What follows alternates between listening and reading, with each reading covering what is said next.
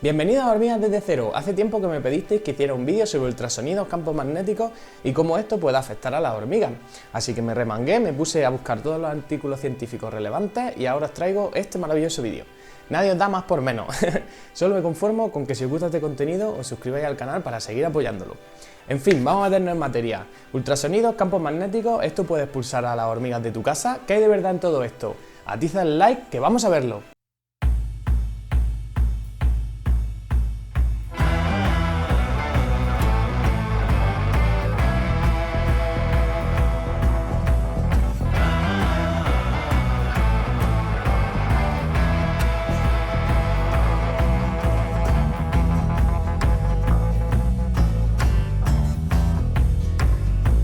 Siento mucho los problemas de edición que vaya a ver en el vídeo, quise mejorar la iluminación y se me deslizó un poco la cámara y me he cortado un poco la cabeza, menos mal que como no soy muy guapo no influye en la calidad del vídeo. Aún así, os voy a poner el momento en el que pasó, que fue un poco gracioso, y vamos a ver el vídeo.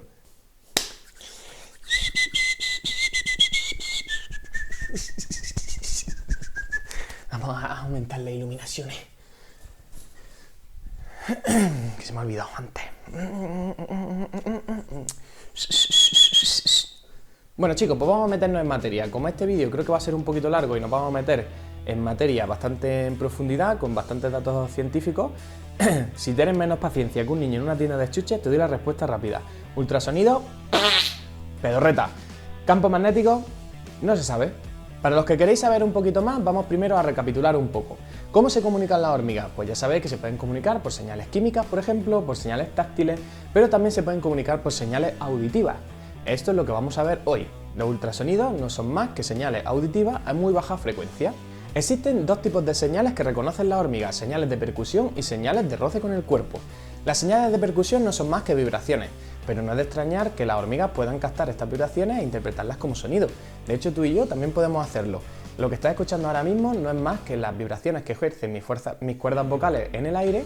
Eso es captado por tu tímpano y tu cerebro es capaz de procesarlo y hemos desarrollado un lenguaje en el cual un sonido significa una palabra. Sin embargo, la parte que nos interesa es la parte de reconocimiento del sonido por roce con el cuerpo. No todas las especies lo presentan, pero las especies que lo presentan lo tienen en el mismo sitio. En la parte del gáster existe una cosa que se llaman térgitos, son segmentos abdominales. Entonces, entre el cuarto térgito y el tercer térgito hay un aparato que se llama aparato estridulatorio. Este consta de dos componentes, el plectrum y la placa estridulante.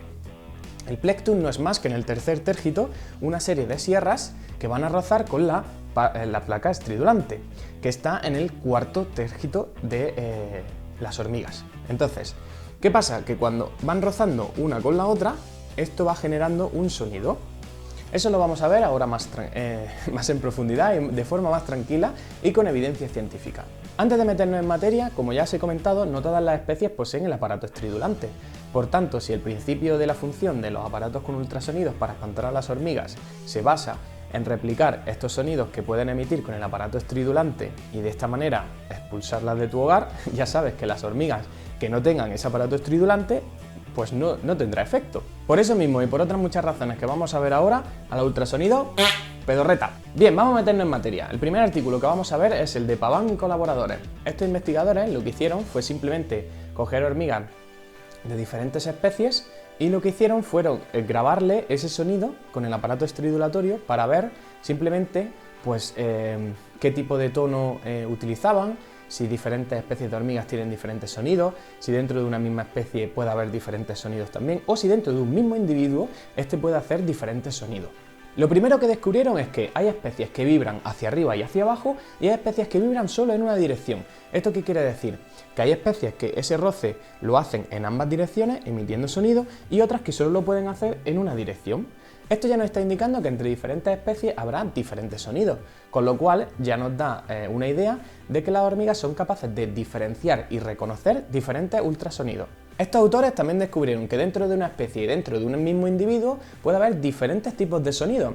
¿Cómo es esto posible? Pues os lo hacen más largos, lo hacen más cortos, lo hacen más rápidos, lo hacen más lentos. y esto genera diferentes sonidos. Esto también sugiere múltiples funciones. Si dentro de un mismo individuo y dentro de una misma especie hay diferentes tipos de sonidos, esto quiere decir que probablemente esos sonidos tengan diferentes funciones. Estos autores también descubrieron que a más grande es la hormiga, más altos son los decibelios a los que emite el sonido, con lo cual hay un margen de decibelios que estas hormigas son capaces de reconocer. Por tanto, si los aparatos de ultrasonido solo emiten a una sola frecuencia, esto no asegura la efectividad del método. Como hemos dicho, estos autores concluyen que tanto la longitud, la rapidez, la longitud de la placa estridulante y la distancia entre las crestas es lo que determina el sonido que se va a emitir. Estos tipos de sonidos sirven para muchas cosas, por ejemplo, para alarma, para reclutamiento de obreras, para comunicar que se ha encontrado alimento, para pedir ayuda o para reconocimiento entre especies o interespecies. Estos autores también descubrieron que hay patrones dentro de los sonidos que ellas emiten. Siempre hay, por ejemplo, una parte donde se emite sonido, después hay un parón, después otra parte donde se emite sonido, otro parón, y aparte de estos sonidos, si son especies donde vibran hacia arriba y hacia abajo, estos tienen diferentes frecuencias, hacia arriba una frecuencia, hacia abajo otra frecuencia. Combinando todo eso, como os digo, entonces tendremos los sonidos de la hormiga. ¿Esto qué quiere decir? Concluimos que en este artículo no apoya la idea de que los aparatos de ultrasonidos puedan espantar a las hormigas, puesto que sería muy complicado que sirviera para todas las hormigas. Puede servir para una sola especie, porque si, por ejemplo, me imagino que si emite a una serie de decibelios en concreto y esa especie, por ejemplo, es su señal de alerta, pues a lo mejor estas pueden salir espantadas, pero solo serviría para una especie en concreto y quizá para un tamaño en concreto. Es muy complicado, por eso el ultrasonido, pedorreta. Pero bueno, vamos a ver algún experimento, porque esto es todo teoría, simplemente cogían las hormigas, les ponían a vibrar. Vamos a ver un experimento real, con aparatos de ultrasonido, y qué es lo que pasaba. Warner y colaboradores hicieron un experimento con ultrasonido. ¿Qué es lo que hicieron? Pues bueno, cogieron 5 cajas de plástico, pusieron 3 aparatos de ultrasonido que supuestamente espantan a las hormigas haciendo un semicírculo y liberaron a las hormigas dentro de las cajas. Bien, pues 3 de los 5 cajas que tenían con los ultrasonidos se vieron que las hormigas se pegaban al muro de la caja donde estaba el ultrasonido, con lo cual esto no servía para nada. Estos autores directamente concluyeron en su artículo que los sistemas de ultrasonidos para eliminar a las hormigas son insatisfactorios. De hecho, en esta tabla que os voy a mostrar se ve cómo incluso los aparatos, los repelentes de ultrasonido, tienen menos porcentaje de mortalidad que el control. Obviamente no es significativo, pero esto lo que querría decir es que no sirven para absolutamente nada. Bien, vuelvo a decir que tras leerme todo lo que me he leído, se puede concluir que los ultrasonidos no sirven, pero podrían servir en ocasiones puntuales, puesto que al ser tan específicos y presentar esa alta especificidad, quizá algún ultrasonido en concreto del mercado podría valer para una especie en concreta de hormiga y que sirva para expulsarlas de tu casa. Esto es por lo cual yo pienso que alguna gente dice que sí sirve y la mayoría de la gente dice que no sirve. Este ejemplo me permite mostrar algo que me lleva alucinando muchísimo tiempo, y es que la gente puede lanzar productos al mercado sin ninguna evidencia y se compran y se venden un mogollón, como por ejemplo es el caso de los ultrasonidos. En Amazon puedes encontrar miles de ultrasonidos que aseguran una eficiencia contra las plagas y que estamos viendo que la evidencia científica no lo soporta para nada. Bueno, vamos a ver otra cosa que sí que podría funcionar, aunque hay que cogerlo con pinzas. Los campos magnéticos. Bien, los campos magnéticos son un componente abiótico que nos afecta a todos los seres vivos que estamos en la Tierra desde que la vida emergió en la Tierra. Bien, para los que no lo sepan, dentro de la Tierra tenemos un norte magnético y un sur magnético. Eso es por lo cual cuando tú coges una brújula, esta se orienta hacia el norte magnético de la Tierra. Esto es, como digo, una fuerza geomagnética que ejerce una influencia sobre todos los seres vivos, pero vamos a ver si esta es tan potente como para poder ser alterada y de esta forma eliminar a las hormigas. Dentro de la teoría de que los campos magnéticos afectan al comportamiento de las hormigas, tenemos como varias vertientes. Hay autores que soportan que existen ciertas nanopartículas dentro de las hormigas que afectan a su comportamiento, como esto sería, por ejemplo, óxido de cobre o óxido de níquel, que puede verse afectado por los campos magnéticos y este alterar su comportamiento. Hay otra teoría, por ejemplo, que dice que los campos magnéticos afectan a la resonancia de ciertos iones y que esto puede afectar a reacciones químicas dentro de la hormiga y esto puede alterar su comportamiento. Vamos a ver en profundidad un poco qué es lo que pasa con los campos magnéticos, qué de verdad hay en esto y algunos experimentos que se han hecho al respecto. Bien, lo primero que tenemos que decir es que los campos magnéticos sí afectan a las hormigas, pero ahora, tanto como para poder usarlas como repelente, vamos a verlo. Bien, vamos a ver algunos experimentos al respecto. López Sandoval y colaboradores hicieron un experimento que a mí me gustó muchísimo. Lo que hicieron fue que experimentaron con 100 individuos y esto lo repitieron 4 veces. Y lo que hicieron fue, tenían una placa de PVC redonda en el centro y en las esquinas pusieron 4 bobinas. Estas 4 bobinas van a simular y a alterar el campo magnético de la Tierra en ese recinto donde están las hormigas. Entonces, básicamente lo que hicieron fue lo siguiente. Durante 3 experimentos, lo que hicieron fue que pusieron el norte magnético donde tenía que estar y el sur magnético donde tenía que estar. En esa placa de PVC se cubrió con papel de filtro y se fue soltando una hormiga a cada vez y se vio cómo se orientaban de forma aleatoria. Simplemente la soltaban encima, tenían cuidado de cogerla con un pincel, de que ésta se depositara dentro del papel con cuidado, en una posición aleatoria. Y el papel de filtro básicamente es porque se cambió cada hormiga que ponían para que no quedaran rastros químicos y que éstas se pudieran orientar por esas feromonas. Esta orientación aleatoria sugirió que cuando el norte magnético estaba donde tenía que estar y el sur donde tenía que estar, la mayoría de los recorridos se orientaban hacia el norte o hacia el sur, con esa dirección. Luego, en otros 3 ensayos que hicieron exactamente igual, pero alteraron el norte magnético y lo giraron 90 grados. Es decir, ahora el norte magnético quedaba a la izquierda y el submagnético quedaba a la derecha. Hicieron exactamente lo mismo, con papel de filtro, cambiando para que no hubiera hormonas y cogiendo las hormigas con cuidado y soltándolas de forma aleatoria, y se vio que la mayoría de las orientaciones aleatorias eran hacia ese norte magnético artificial o hacia el sur magnético. Es decir, los campos magnéticos alteran la orientación aleatoria de las hormigas, con lo cual puede afectar a las hormigas. Esto nos deja ver que las hormigas no solo se orientan por ejemplo, la posición del sol, la luz polarizada ultravioleta o la marca en la Tierra, sino que el campo geomagnético también ayuda a la hormiga a orientarse. Esto no es de extrañar, ya que muchas aves también utilizan lo mismo. ¿Pero esto cómo puede ser? Pues estos autores defienden la teoría de las nanopartículas.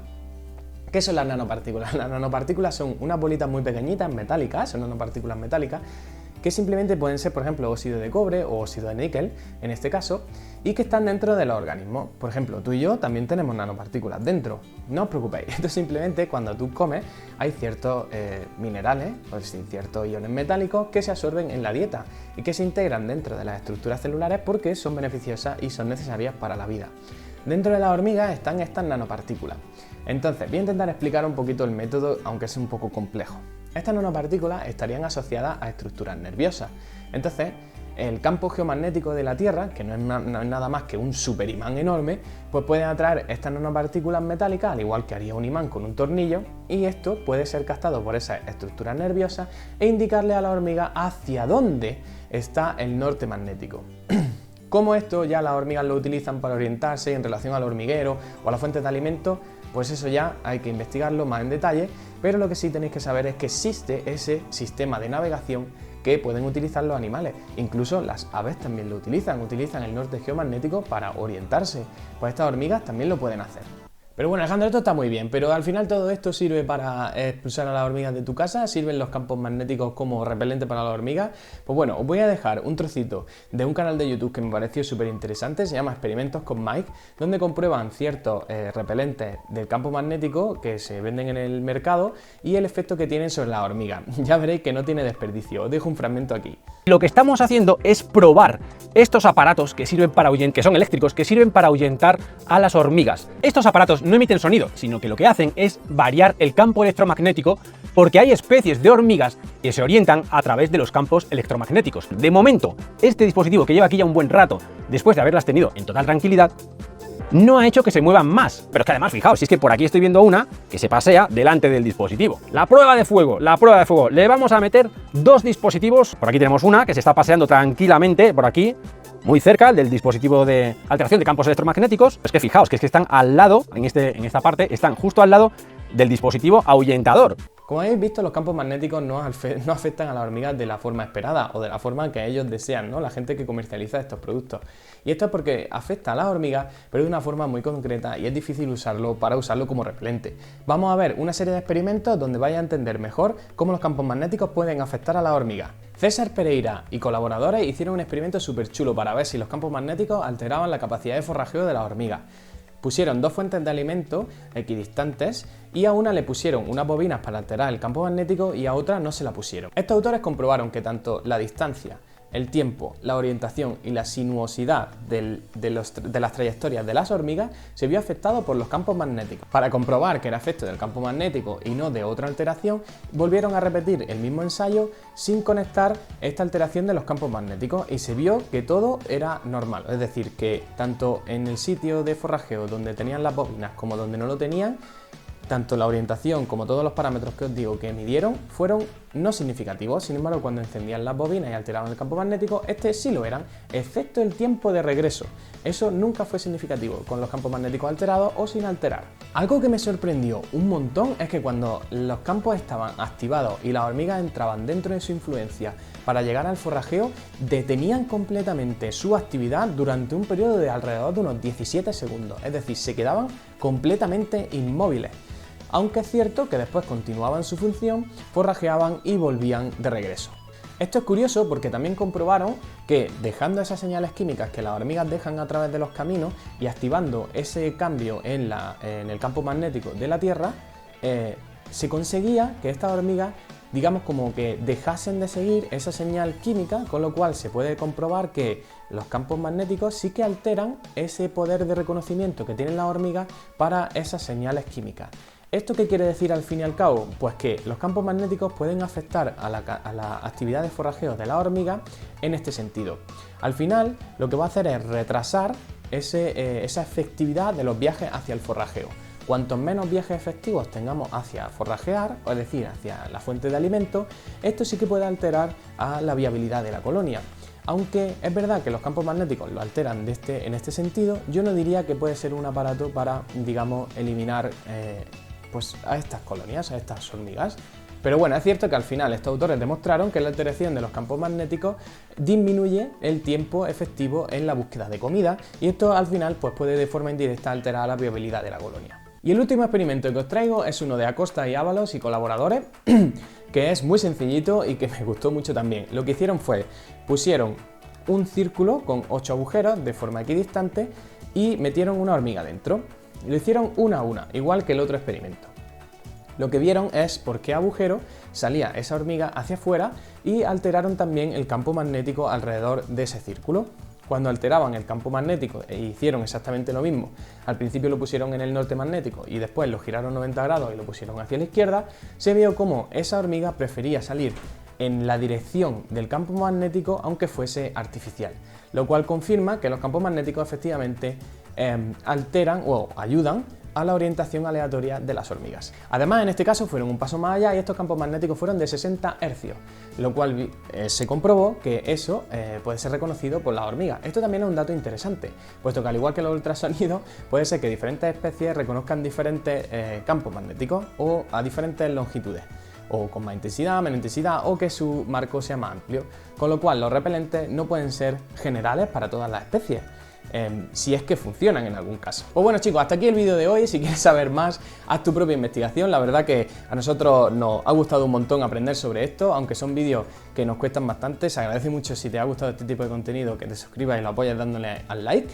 Si queréis más cositas solo tenéis que pedirlas. Ya tengo una lista bastante grande en la que estoy trabajando para traeros al canal cositas que me habéis pedido.